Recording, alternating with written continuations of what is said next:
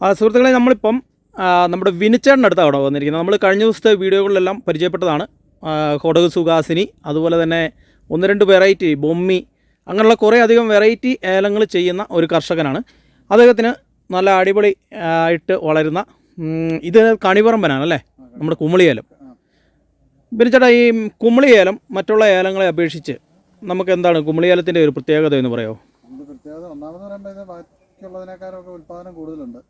എന്നെ സംബന്ധിച്ച് ഏറ്റവും അട്രാക്റ്റീവായിട്ട് തോന്നുന്നത് ഇത് നട്ട് നമുക്കൊരു 10 മാസം കഴിയുമ്പോൾ തൊട്ട് കായ എടുക്കാൻ തുടങ്ങും. നെല്ലാനിയൊക്കെ 1.5 വർഷം ആകുമ്പോഴത്തേനും നമുക്ക് ഇത് ഉൽപ്പാദനം സ്റ്റാർട്ട് ചെയ്യും. ഓക്കെ, ഇതൊരു 10 മാസം തൊട്ട് നമുക്കത് ഇതിന്റെ പണി ചെയ്യാനുള്ള പൈസ ഈ ഏലത്തിൽ നിന്ന് തന്നെ തിരിച്ചു കിട്ടും, റിട്ടേണായിട്ട് കിട്ടും. ഓക്കെ, അത് തന്നെയാണ് നമ്മളെ ഏറ്റവും കൂടുതൽ ആകർഷിച്ചത്. പിന്നെ നെല്ലാനിയെന്നൊക്കെ 2 കിലോ കിട്ടുമ്പോൾ ഇരുത്താന്ന് ഒരു 3 കിലോയ്ക്ക് മേളിലോട്ട് കിട്ടുന്നുണ്ട്. പിന്നെ എല്ലാ രീതിയിലുള്ള കേടുകളും കാര്യങ്ങളും ഒക്കെ സ്വാഭാവികമായിട്ട് വരുന്നത് ഇതിനും ഉണ്ടാവും. പക്ഷെ എന്നാലും മറ്റുള്ളതിനെ അപേക്ഷിച്ച് കേടുഭാഗം കുറവാണോ കൂടുതലാണോ? പിന്നെ വേനലിൽ അതിജീവിക്കാനുള്ള ശേഷി കൂടുതലുണ്ട്. ഇപ്പൊ ഇച്ചിരി ചൂടുള്ള പ്രദേശങ്ങളിൽ, ചൂടുള്ള ഏരിയയിൽ നല്ല പെർഫോമൻസ്. ചൂട് വേണോ ഇതിന്? നമ്മുടെ കാൽവര്യം കൊണ്ട് ആണ് നമ്മുടെ അതിലും പെർഫോമൻസ്. ഇച്ചിരൂടെ ടെമ്പറേച്ചർ കൂടിയ ഏരിയയിൽ ഈ ഏലം നമുക്കിപ്പോൾ എത്ര വർഷമായതാ ഈ നിൽക്കുന്ന ഏലം? ഇതിപ്പോൾ 2 വർഷം കഴിഞ്ഞു. 2 വർഷം പ്രായമായത് അല്ലേ? ഇതിലിപ്പോൾ നമുക്കൊരു 3-4 കിലോ അടുത്തൊക്കെ കാ കിട്ടത്തില്ലേ? ഇതിപ്പോൾ നന്നായിട്ട് തന്നെ എടുത്തു മാറിയ തോട്ടമാണ്. ഇവിടെ നമുക്ക് കാണാം. ഇത് കണ്ടോ, ഒരു കൊത്തിൽ നിന്നും ഏകദേശം ഒരു 3 കായ എടുത്തു പോയി. 3 കാ വെച്ച് എടുത്തതിന് ബാലൻസ് കാണിക്കുന്നതാണ് കേട്ടോ ഇത്. അപ്പോൾ ശരത്തിൻ്റെ നീളം കണ്ടോണം. ഇതാ, അതായത് വിനിച്ചേട്ടൻ്റെ ഹൈറ്റ് കഴിഞ്ഞിട്ട് അതിനെ കഴിഞ്ഞ് 5 അടി 6 അടി ഹൈറ്റോളം ശരത്തിന് നീളമുണ്ട്. ഇത് ഈ ഒരു ചെടിയല്ല കേട്ടോ, നിങ്ങൾ ഈ ഒരു ചെടിയാണെന്ന് പറയും. ഇത് കണ്ടോ, ഇവിടെ നിൽക്കുന്ന മുഴുവൻ ചെടികളും ഏകദേശം ഈ ഒരു രീതിയിൽ അങ്ങ് താഴെ വരെ ഉണ്ട്. മുഴുവൻ ചെടിയും ഈ രീതിയിൽ കായുള്ള ചെടികളാണ് കേട്ടോ. നമുക്ക് ഇപ്പം വന്നിരിക്കുന്നത് ഇതിൻ്റെ ഏലത്തിൻ്റെ ഇപ്പോൾ ഈ സമയത്ത് നമുക്ക് കർഷകർക്ക് ഏലത്തിന് ഏറ്റവും ബെറ്ററായിട്ട് ചെയ്യാൻ പറ്റിയ 1-2 വളങ്ങളും മരുന്നുകളും എന്ന് പറയുമോ? അതായത് കർഷകന് വളരെ കഷ്ടപ്പെട്ടായിരിക്കും ഇപ്പോൾ ഏല കൃഷിയിലോട്ട് ഇറങ്ങുന്നത്. പാട്ടത്തിനെടുത്താൽ പോലും 2 ലക്ഷം രൂപയോളം 2.5 ലക്ഷം രൂപയോളം ഒക്കെ കൊടുക്കേണ്ട അവസ്ഥയാണ്. അപ്പം പലരും ഈ ഒരു കൃഷി പരാജയപ്പെട്ടു പോകുന്നതിന് കാരണം ഇതിൻ്റെ കറക്റ്റായിട്ടുള്ള വളപ്രയോഗം അറിയത്തില്ല, മരുന്ന് പ്രയോഗം അറിയത്തില്ല. സമയോചിതമായി ചെയ്യുക എന്നുള്ളതാണ് ഏറ്റവും. അതിനെക്കുറിച്ച് ഡീറ്റെയിൽ ആയിട്ടൊന്ന് പറയാമോ? ശരിക്കും പറഞ്ഞാൽ ഈ വലിയ മഴയുള്ളപ്പം കൂടുതൽ വളങ്ങൾ അങ്ങനെ ജൈവമൊന്നും ചെയ്യാൻ പറ്റത്തില്ല. പോളിയർ ആണെങ്കിലും അതിന്റെ കാലാവസ്ഥയ്ക്ക് അനുസൃതമായിട്ട് ചെയ്യുക. നമുക്ക് ഈ ടൈമിൽ ഏതായിരിക്കും പോളിയർ വളം ചെയ്യാനായിട്ട് ബെറ്റർ? നമ്മളിപ്പോൾ ചെയ്തേക്കുന്നതെന്ന് പറഞ്ഞാൽ ഈ 52-40 എന്നൊക്കെ പറഞ്ഞാൽ അങ്ങനെ നൈട്രജന്റെ തീർത്തില്ലാത്ത, നൈട്രജൻ കണ്ടന്റ് ഇല്ലാത്തതും. ഞാൻ എക്സീഡ് എന്ന് പറഞ്ഞ ഒരു മൈക്രോ ന്യൂട്രിയന്റ് അത് വലിയ കുഴപ്പമില്ല, നല്ലൊരു പെർഫോമൻസ് കാഴ്ചവെക്കുന്നുണ്ട്. അങ്ങനെ ഈ നൈട്രജൻ കണ്ടന്റ് ഇല്ലാത്ത ഏതെങ്കിലും പോളിയർ നമ്മൾ ഇന്നതൊന്നും പറയുന്നില്ല. ഇഷ്ടമുള്ള ഏതെങ്കിലും നല്ല കമ്പനിയുടെ, ഇന്ന കമ്പനി നമ്മൾ പറയേണ്ട ആവശ്യമില്ല, കാരണം അത് ഓരോരുത്തരുടെ ഇഷ്ടമാണ് ഏത് കമ്പനി. ഓക്കെ, നമ്മളത് ചെയ്യുന്നു എന്നുള്ളതേ ഉള്ളൂ. ഓക്കെ, നമ്മൾ വളങ്ങൾ കൂടുതൽ ഇപ്പോൾ ഈ സമയത്ത്, ഈ മഴ സമയത്ത്, മഴ മാറി നിൽക്കുന്ന ഒരു സമയമാണല്ലോ, ചെറിയ മഴ നമുക്ക് കിട്ടുന്നുമുണ്ട്. ഈ സമയത്ത് നമുക്ക് വളം ഏതായിരിക്കും ബെറ്റർ? ഈ ഒരു 1 വർഷം തൊട്ടിട്ട് ഒരു പ്രായമായ ചെടികളിൽ 1 വർഷമൊക്കെ തൊട്ട് ഇനിയിപ്പം അങ്ങനെ എല്ലുപൊടി, വേപ്പുമണ്ണാക്ക് അങ്ങനെയുള്ള അടിസ്ഥാന വളം കൊടുക്കാം. പിന്നെ ഈ ഗ്രാനുൾസ് ഐറ്റത്തിൽ വരുന്ന NPK വളങ്ങൾ, ഞാൻ കൂടുതൽ ഉപയോഗിക്കുന്ന മറ്റേ കോംബോ എക്സ്പെർട്ടിന്റെ നോവാടെക് എന്ന് പറഞ്ഞൊരു നോവാടെക് എന്ന് പറഞ്ഞിട്ട് അത് എനിക്കൊരു റിസൾട്ടായിട്ട് തോന്നുന്നുണ്ട്. അത് ഒന്ന് മഴയുടെ നോക്കി വേണമെന്നുണ്ടോ ചെയ്യാൻ, നെഗറ്റീവ് ഫലം വരും. ചേട്ടാ, ഇപ്പം നമുക്ക് ഈ സമയത്ത് ഏറ്റവും ബെറ്റർ ആയിട്ട് വളം ഏതാ നമുക്ക് കൊടുക്കാൻ പറ്റുന്നത് നല്ല വളങ്ങൾ? നമുക്ക് NPK കോംപ്ലക്സ് ഉള്ള NPK റേഷ്യോ വരുന്ന വളങ്ങൾ കൊടുക്കാം. പിന്നെ മൈക്രോ ന്യൂട്രിയൻ്റ് അത്യാവശ്യം തന്നെ ആഡ് ചെയ്ത് വേണം. അതിൻ്റെ കൂട്ടത്തിൽ തന്നെ അഡീഷണലായിട്ട് മൈക്രോ ന്യൂട്രിയൻ, ബോറോൺ, സിങ്ക് ഏറ്റവും പ്രധാനമായിട്ട് വേണ്ട. ബോറോണും സിങ്കും നമുക്ക് എമർജൻസി ആയിട്ട് കൊടുക്കണം. ഈ മൈക്രോ ന്യൂട്രിയൻ്റെ അകത്ത് വരുന്നതിൽ എബോവ് ആയിട്ട് കൂടുതലായിട്ട് നമുക്ക് കിട്ടും. പിന്നെ NPK ഒക്കെ മഴയുടെയൊക്കെ തോതൊക്കെ നോക്കി വേണം ചെയ്യാൻ, ഇല്ല ഇതിൻ്റെ നെഗറ്റീവ് ഫലവും വരാൻ സാധ്യതയുണ്ട്. ആണ് ഈ മഴ കൂടുതലുണ്ടെങ്കിൽ NPK ചെയ്ത് കഴിഞ്ഞാൽ പ്രശ്നമാണ് അല്ലേ? NPK അത്ര സക്സസ് അല്ല, അഴികൾ കയറും. നമുക്ക് നൈട്രജൻ ചെല്ലുമ്പോഴത്തേന് ഈ തട്ടയുടെ വീർത്തിട്ട് മറിഞ്ഞു പോകും. പക്ഷെ ഇതിനങ്ങനെ തട്ടമറച്ചിൽ കാണുന്നുണ്ടോ? ഈ കണിപറമ്പിന് തട്ടമറച്ചിൽ അങ്ങനെ കാണാറുണ്ടോ? കണിപറമ്പിന് തട്ടമറച്ചിൽ തീർത്തും ഇല്ല. ഞാൻ കൂടുതലും കണിപറമ്പിനാണ് ബെറ്റർ. നമുക്കിതിന് കായാണെങ്കിലും ഈ പറയുന്ന മോശമൊന്നുമില്ല, നല്ല രീതിയിൽ തന്നെ ഉണങ്ങിക്കഴിഞ്ഞാൽ 8 താങ്ങ് വരുന്നില്ലെന്നേ ഉള്ളൂ.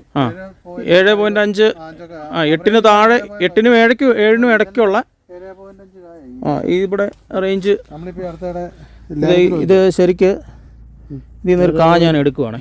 ഇത് കണ്ടോ, അത്യാവശ്യം മുഴുത്ത കായാണ്, ഒരു 8-നടുത്ത്. ഇത് കാ ചുങ്ങത്തില്ല. ഇതിൻ്റെ അരി ഒന്ന് പൊട്ടിച്ച് കാണിക്കാം, അതിൻ്റെ അരി ഒന്ന് പൊട്ടിച്ച് കാണിക്കാം. നല്ല അരിയെണ്ണം ഉണ്ട് കേട്ടോ, അത്യാവശ്യം കുറേ അരി തെറിച്ച് പോയി, എന്നാലും നല്ല അരിയെണ്ണം ഉണ്ട് കണ്ടോ, തിക്കായിട്ട് അരിയെണ്ണം ഉണ്ട് ഇതിൽ. ഇപ്പം നമുക്ക് ഈ അടുപ്പിന് 5 കിലോയ്ക്ക് വെച്ചെന്ന് പറഞ്ഞ പോലെ വന്നാ ഈ അടുപ്പിന് 5 കിലോ വെച്ച് കിട്ടുന്നുണ്ട്. നമുക്കേ ഇപ്പോൾ ഈ ട്രെഞ്ചിങ് ചെയ്യണമെങ്കിൽ ട്രെഞ്ചിങ് എന്തെങ്കിലും വളങ്ങളായിട്ട് ഇപ്പോൾ ഈ ചീച്ചിൽ ഭാഗങ്ങൾക്ക് ഉണ്ടായി കഴിഞ്ഞാൽ കൊടുക്കാൻ പറ്റുന്ന ഏതാണ്? അഴുകൽ പ്രശ്നങ്ങളൊക്കെ ഉണ്ടെങ്കിൽ ഇപ്പോൾ ചെയ്തതെന്ന് പറഞ്ഞാൽ മെറ്റലാക്സിന് COC ആണ് മെയിനായിട്ട് കൊടുത്തത്. അതിൻ്റെ കൂടുതൽ പോസ്പോണിക് ആസിഡ് കൂടി ഉള്ള അത് കൊടുത്തു. പിന്നെ അത് ഇനി അത് കൊടുത്തു കഴിയുമ്പോൾ ഇനി എന്തെങ്കിലും വളം കൊടുക്കണം. അത് നൈട്രജൻ ഇല്ലാത്ത എന്തെങ്കിലും ഒരു പോളിയർ. ഓക്കെ, നമ്മൾ കുമ്മായം തുരിശ് അങ്ങനെയുള്ള ചെയ്തു. കുമ്മായം തുരിശൊക്കെ നമ്മൾ ചെയ്യുന്നതിനൊരു സമയമുണ്ടോ, അതോ അത് മഴ സ്റ്റാർട്ട് ചെയ്യുന്ന സമയത്ത് ചെയ്യണം? അഡ്വാൻസ് കൊടുക്കണം. അഡ്വാൻസ്ഡ് ഫംഗിസൈഡുകൾ വന്നു കഴിഞ്ഞാൽ പിന്നെ വേറെ ന്യൂ ജനറേഷൻ ഒത്തിരി ഉണ്ട്. പിന്നെ കൊടുക്കാവുന്നതിന് ഏറ്റവും കുറഞ്ഞത് മെറ്റലാക്സിൻ COC ആണ്. ഓക്കെ, കൊസൈഡ്, അങ്ങനെ ഒത്തിരി ഐറ്റംസ് ഉണ്ട്. നമ്മൾ വളങ്ങളായിട്ട് കൂടുതൽ എന്താ ഇടുന്നത് ഇപ്പോൾ? ജൈവവളങ്ങളും ഒക്കെ ഇനി ഇപ്പോൾ ഇട്ടില്ല. ഇനിയിപ്പോൾ ഒരു തോർച്ച വന്നു കഴിയുമ്പം എല്ലുപൊടിയും വേപ്പും പിണ്ണാക്കും ഒക്കെ കൊടുക്കണം. നമ്മൾ എന്നാക്ക് കൂട്ടിയാണ് കൊടുക്കുന്നതെന്ന് പറയാമോ? എല്ലുപൊടിയും വേപ്പും പിണ്ണാക്കും? നമ്മൾ എല്ലുപൊടി, വേപ്പും പിണ്ണാക്ക്, അതിൻ്റെ കൂടുതൽ മുട്ടപ്പൊടി അതൊക്കെ കൂട്ടി, എഗ് മില്ല് കൂട്ടി കൊടുക്കുക. സ്റ്റാറാമിൽ യൂസ് ചെയ്യാറുണ്ടോ? സ്റ്റാറാമിൽ ഇത് മൂന്നും കൂടെ ആയിട്ട് മിക്സ് ചെയ്ത് ഇടുക. നമുക്കിവിടെ ഒരു നല്ല കിട്ടുന്ന ഒരു കമ്പനി ഉണ്ട്, നമുക്ക് വിശ്വസിച്ചെടുക്കാവുന്നതാണല്ലേ? ഓക്കെ. അതിപ്പോൾ നമ്മൾ ആവശ്യമുള്ളവർക്ക് കോൺടാക്ട് ചെയ്ത് കഴിഞ്ഞാൽ ഞാൻ ബിനിച്ചേട്ടനോട് കോൺടാക്ട് നമ്പർ മേടിച്ച് കൊടുക്കാം. നമുക്കപ്പോൾ ഇതൊരു പ്രൊമോഷൻ വീഡിയോ ഒന്നും അല്ല കേട്ടോ. ആവശ്യമുള്ളവർക്ക് വേണമെങ്കിൽ നിങ്ങൾക്ക് വാങ്ങാം, അല്ലാതെ ഞങ്ങൾ പ്രൊമോഷൻ ചെയ്യുന്നതായിട്ടൊന്നും കൂട്ടിയാക്കരുത്. ബിനിച്ചേട്ടൻ ഇപ്പോൾ ജസ്റ്റ് ഇതിൻ്റെ വളങ്ങളും മരുന്നുകളും കഴിഞ്ഞ ദിവസം ഞാൻ വീഡിയോ ചെയ്തപ്പോൾ ഒരുപാട് ആളുകൾ ആവശ്യപ്പെട്ടു, ബിനിച്ചേട്ടൻ്റെ ചെടികളൊക്കെ നല്ലതാണ്, തൈകളൊക്കെ നല്ലതാണ്, അപ്പോൾ ഇതിൻ്റെ വളവും മരുന്നും ഒക്കെ ചെയ്യുന്ന ഒന്ന് കറക്റ്റായിട്ട് ഏത് രീതിയിലാണ് ചെയ്യുന്നതെന്നൊന്ന് പറഞ്ഞു കൊടുക്കണമെന്നുള്ളത് ആളുകൾ പറഞ്ഞു. അതുകൊണ്ടാണ് കൂടുതലും നമ്മൾ ഇങ്ങനെ ഒരു വീഡിയോ ചെയ്യാമെന്ന് വെച്ചത്. അപ്പോൾ ബിനിച്ചേട്ടാ, നമുക്ക് ഇപ്പം ഞാനിപ്പോൾ ഈ വീഡിയോ ചെല്ലുന്നതിൻ്റെ പുറകെ തന്നെ ഒരുപാട് ആളുകൾ ഇതിൻ്റെ തട്ട കൊടുക്കാനുണ്ടോ എന്നൊക്കെ ഒരു ചോദ്യം വരാറുണ്ട്. അപ്പോൾ നമുക്കിപ്പം കണിപ്പറമ്പിൻ്റെ തട്ട ആവശ്യപ്പെട്ട് കഴിഞ്ഞാൽ നമുക്ക് കണിപ്പറമ്പിൻ്റെ തട്ട ഉണ്ട് കൊടുക്കാം. നല്ല തോട്ടത്തിൽ നിന്ന് തന്നെ ഈ സെയിം വെറൈറ്റി തന്നെയാണ് കേട്ടോ തരുന്നത്. ഈ നിൽക്കുന്ന ഇതാണ് സാധനം. ഇത് 2ാം വർഷമാണ്. ഇതിൻ്റെ മാതൃ തൈയാണ് കൊടുക്കാനുള്ളത് കേട്ടോ. ഓക്കെ, ഇത് കൊടുക്കുമ്പോൾ ഈ നിൽക്കുന്നുണ്ടോ, ഇതുപോലെ അത്യാവശ്യം നല്ല കണ്ണുകളുള്ളത് ആണ് കൊടുക്കുന്നത് കേട്ടോ. ഇതിൻ്റെ അടുത്തൊക്കെ വരും, അത്രയും വലിപ്പം വരുമല്ലായിരിക്കും. ഓക്കെ, പിന്നെ നമുക്ക് ഞള്ളാനി തട്ട കൊടുക്കാനുണ്ടോ? കുറവാണ്. ഞള്ളാനിയാണ് നമ്മൾ കൃഷി ചെയ്യുന്നില്ല, കുറവല്ലേ? കൂടുതലും നമ്മൾ കണിപ്പറമ്പിലാണോ ചെയ്യുന്നത് മൊത്തം? പിന്നെ നമുക്കുള്ളത് കണിപ്പറമ്പിലാണ്. ഈ കൊടക് സുഹാസിനി, അതുപോലെ തന്നെ ഈ ബൊമ്മി, ഈ ഏലത്തിലൊക്കെ ഇതുമായിട്ടുള്ള ഒരു വ്യത്യാസം എന്നാ? അതിൻ്റെ തൂക്കം കുറവാണോ? നമുക്ക് കുറവാണ്. അത് നമുക്ക് ഈ 2 വർഷം ആയതുള്ളൂ. ഉള്ളൂ, പരിചയമില്ല. അപ്പം നമ്മൾ കൂടുതലായിട്ടും 8 വർഷമായിട്ട് നമ്മൾ ചെയ്യുന്നതാണ്. നമുക്ക് അത്യാവശ്യം കുഴപ്പമില്ലാതെ. ഓക്കെ, തണുപ്പ് മേഖല മാത്രമേ ഉള്ളൂ ശകലം ഒരു മൈനസ് കാണിക്കും. അതെ അല്ലേ? ഇത് ഈ തണുപ്പുള്ളിടത്ത് ഭയങ്കരമായിട്ട് ഞങ്ങളുടെ ഇവിടെ ഈ മഞ്ഞ് കെട്ടി നിൽക്കും. അങ്ങനെ മഞ്ഞൊക്കെ കെട്ടി നിൽക്കുന്നിടത്ത് ഇനി കായലുകൾ എന്നൊക്കെ പറഞ്ഞ നമ്മളിപ്പോൾ പെട്ടെന്ന് അഴുകൽ, ചീച്ചിൽ, അല്ല തട്ടമറച്ചിൽ, അങ്ങനെ ഈ വേരുപുഴു ഉള്ള പ്രശ്നങ്ങളൊക്കെ വന്നു കഴിഞ്ഞാൽ നമുക്ക് പെട്ടെന്ന് അത് എന്ത് ചെയ്യാൻ പറ്റും ഇപ്പോൾ ഇപ്പോഴത്തെ ഒരു അവസ്ഥയിൽ? ഓരോന്നിനും ഓരോ മരുന്നുകളാണ്. വേരുപുഴുവിനൊക്കെയാണ് വേരുപുഴുവിന് അങ്ങനെ മരുന്ന് ഇപ്പം ചെയ്യേണ്ട കാര്യമില്ല. അത് അടുത്ത നവംബറൊക്കെ ആകുമ്പോഴത്തേന് സിവിയർ ആകുന്നത്. പിന്നെ അഡ്വാൻസ് ആയിട്ട് ചെയ്യുന്നവർക്ക് ചെയ്യാം. പിന്നെ നിമറ്റോഡിനാണ് നമ്മൾ കാര്യമായിട്ട് ചെയ്യുന്നത്. നിമറ്റോഡിന് നമ്മൾ എന്തായിരിക്കും ബെറ്റർ? സാലിബ്രോ എന്ന് പറഞ്ഞ മരുന്ന്. സാലിബ്രോ വ്യത്യാസമുണ്ടോ? നമുക്ക് നന്നായിട്ട് ഉത്പാദനത്തെ വ്യത്യാസം ഉണ്ട്. നമുക്ക് അതിന് 1 ലിറ്റർ 800 മില്ലിക്ക് 10,000 രൂപ കൊടുക്കണം. അത് നമ്മൾ ആ ഒരു ഒഴിക്കയുടെ തന്നെ അതിന്റെ ഇരട്ടി നമുക്ക് അടുത്തന്നെ പിന്നത്തെ കായെടുത്താൽ കിട്ടും. ഈ ഫിസേറിയം നമുക്ക് ഒരിക്കലും മാറ്റിയെടുക്കാൻ പറ്റുമോ? മണ്ണി എന്നുള്ളതാണ്. ഇതിനൊക്കെ ഫിസേറിയം കുറവാണ്. ഇതിന് ഓൾറെഡി ഫിസേറിയം എന്ന് പറയുന്ന രോഗം ഇല്ല. ഫിസേറിയം ഇതുണ്ടോ? ഇതിൻ്റെ കണിപ്പറമ്പിൻ്റെ ഒരു പ്രത്യേകതയാണ്. പിന്നെ തണ്ട് കട്ടി, നല്ല നാരുകട്ടിയുണ്ട്. അതുകൊണ്ട് തട്ടയ്ക്ക് നല്ല ആരോഗ്യമുണ്ട്. അങ്ങനെ ഒരു വ്യത്യാസമുണ്ട് അല്ലേ? നമുക്കിത് കാണുമ്പോൾ തന്നെ അറിയാലോ, മറ്റുള്ള ഏലത്തിൻ്റെ തട്ടയെ അപേക്ഷിച്ച് വ്യത്യാസമുണ്ട്. നല്ല ദൃഢതയാണ്. അതെ. ബിനിച്ചേട്ടൻ ഇപ്പോൾ എത്ര ഏക്കറോളം കൃഷി ചെയ്യുന്നുണ്ട്? 4 ഏക്കർ. 4 ഏക്കർ ഇത്. പിന്നെ പാട്ടത്തിന് വേറെ ഉണ്ടല്ലേ? ഓക്കെ. അത്യാവശ്യം ബിനിച്ചേട്ടന് ഏലകൃഷി ലാഭമാണോ നഷ്ടമാണോ? എനിക്കിപ്പോൾ ഈ വിലയൊക്കെ ഉള്ളതുകൊണ്ട് ലാഭമാണ്. നമുക്ക് വിലയുള്ള സമയത്ത് ഏലകൃഷി ലാഭമാണ് അല്ലേ? നമ്മൾ വേറെ പരിപാടി ചെയ്തുകൊണ്ടിരുന്നതല്ലേ, ഇപ്പോൾ ഏലകൃഷി തന്നെയാക്കി. ബിനിച്ചേട്ടാ ശരിക്കും നമുക്ക് ഈ ഏലം ലാഭമാണെങ്കിൽ എത്ര രൂപയെങ്കിലും വില കിട്ടണമായിരിക്കും? 2000 above വില കിട്ടിയാലേ 2000 മുകളിലെങ്കിലും നമുക്ക് വിലയുണ്ടെങ്കിൽ. വളത്തിനൊക്കെ ഒറ്റയടി സാധാ മണ്ണിലിടുന്ന വളമൊന്നും ഇപ്പോൾ കിട്ടാനില്ല. DAP അല്ലെ 10-26 കിട്ടാൻ പോലും. ഞാൻ എന്നാന്നറിയോ കൂടുതലും 2000-2500 വിലയാണ് വളത്തിനും മരുന്നിനും.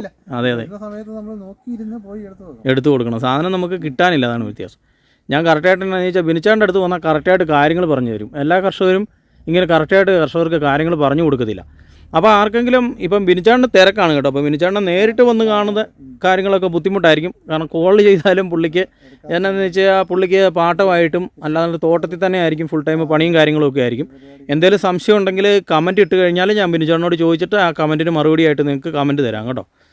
ഓക്കെ ബിനിച്ചേട്ടാ, പിന്നെ നമുക്ക് ഈ ശരത്തിന് പിന്നെ മഞ്ഞപ്പിഞ്ച് അങ്ങനെയുള്ള പ്രശ്നങ്ങളൊക്കെ കുറേ പേര് പറഞ്ഞു. അതിന് നമുക്ക് എന്താ ചെയ്യാൻ പറ്റുന്നത്?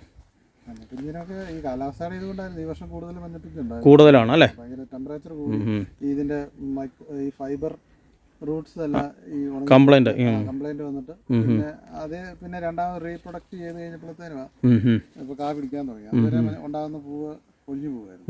പിന്നെന്നാ വെച്ചാൽ ഇത് രണ്ടും കൂടെ സംരക്ഷിച്ചു പോകാനുള്ള ഏലത്തിനൊരു സ്വയം ചെയ്യുന്ന ഒരു പ്രക്രിയയുടെ ഭാഗമാണ് ഈ പൊഴിച്ചിട്ട്. മെഡിസിൻ ഒന്നും കാര്യമില്ല. പിന്നെ ഉണ്ടോന്ന് ചോദിച്ചാൽ കടക്കാരുണ്ടെന്നേ പറയത്തുള്ളൂ. ഓക്കെ, എന്തായാലും ഒരുപാട് സന്തോഷം ബിനിച്ചേട്ടാ, പരിചയപ്പെടാൻ പറ്റിയതിന്. എന്തെങ്കിലും സംശയ കാര്യങ്ങളോ ഉണ്ടെങ്കിൽ ഇവർ എനിക്ക് കമൻറ്റായിട്ട് തരും. അതിന് മറുപടിയായിട്ട് ബിനിച്ചേട്ടന് ഞാൻ മെസ്സേജ് ഇടുമ്പോൾ ബിനിച്ചേട്ടന് സമയമുള്ള സമയത്ത് മെസ്സേജ് തന്നു കഴിഞ്ഞാൽ അതിൻ്റെ മറുപടി ഞാൻ പറഞ്ഞു കൊടുക്കും. ഒരുപാട് നന്ദി. പിന്നെ നമുക്ക് ഈ തോട്ടം അത്യാവശ്യ ഏരിയകളൊക്കെ ഒന്ന് വീഡിയോ ചെയ്യാൻ കാണിക്കാം. ഇത് നിങ്ങൾക്ക് ഒന്നും കാണിക്കാനൊന്നുമില്ല, മൊത്തത്തിൽ നല്ല രീതിയിൽ കായുള്ള തോട്ടമാണ്. ഇതിപ്പോൾ 4 ഏക്കറാണ് ബിനിച്ചേട്ടൻ 4 ഏക്കറോളം കൃഷി ചെയ്യുന്ന ഒരു തോട്ടമാണ്.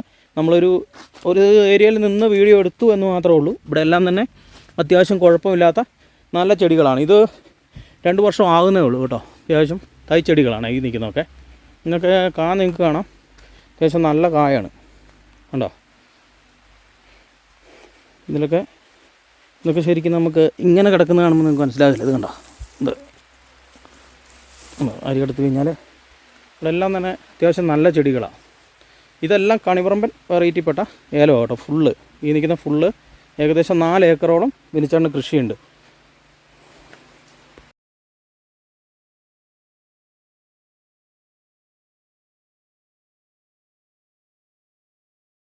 ശരാശരി കായുടെ വലിപ്പം ഇതുണ്ടോ, എത്രയും ഉണ്ടെന്ന് നിങ്ങൾ തന്നെ നോക്കിക്കോ. ഇത് കറക്റ്റ് നോക്കിക്കോ. ശരാശരി അത്യാവശ്യം നല്ല മുഴുത്ത കായ. ഇത് കണിപറമ്പൻ്റെ 2-3 വെറൈറ്റി ഉണ്ട് കേട്ടോ. ഇതിൽ ഏറ്റവും ബെറ്റർ ആയിട്ടുള്ള നല്ല വെറൈറ്റി പെടുന്ന തട്ടകളാണ്.